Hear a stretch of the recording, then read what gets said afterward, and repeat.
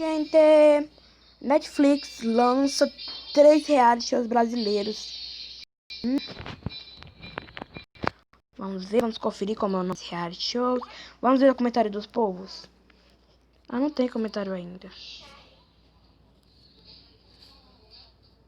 Deixa eu entrar. Pronto, gente, já estamos aqui, ó. Netflix lança 3 reality shows brasileiros de paquera, gente. Qual dessas cantoras?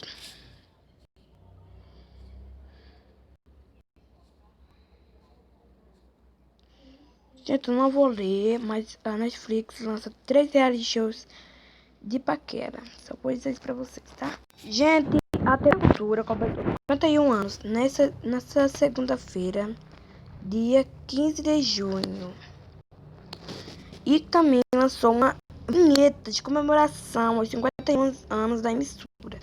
Também a TV Cultura fez parte da infância de todo mundo. Quem não conheceu Castelo Rá-Tim-Bum, quem não assistiu o Show Carneiro, quem não chegou a assistir Patrulha Canina, Cocoricó, muitos desenhos. Tinha esse desenho, tinha esse, tudo. Isso daqui é tudo para comemorar os 51 anos da emissora.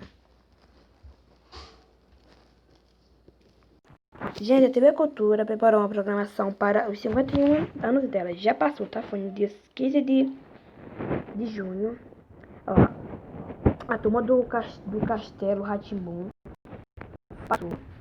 passou a cantora, essa cantora aqui. Ela faleceu também em 2015. Roda da Vida. E a vinheta. Vamos ver se não abre a vinheta aqui. 10 novelas infantis que a SBT que deveria fazer mesmo. Gente, eu já entrei aqui. Vamos ver se essa daqui é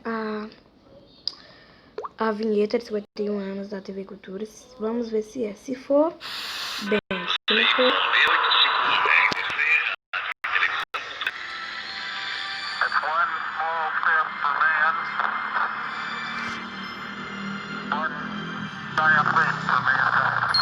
Em todos os tempos, onde estiver, leve cultura com você.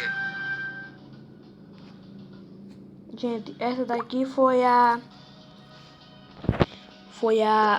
vinheta de 51 anos da TV Cultura.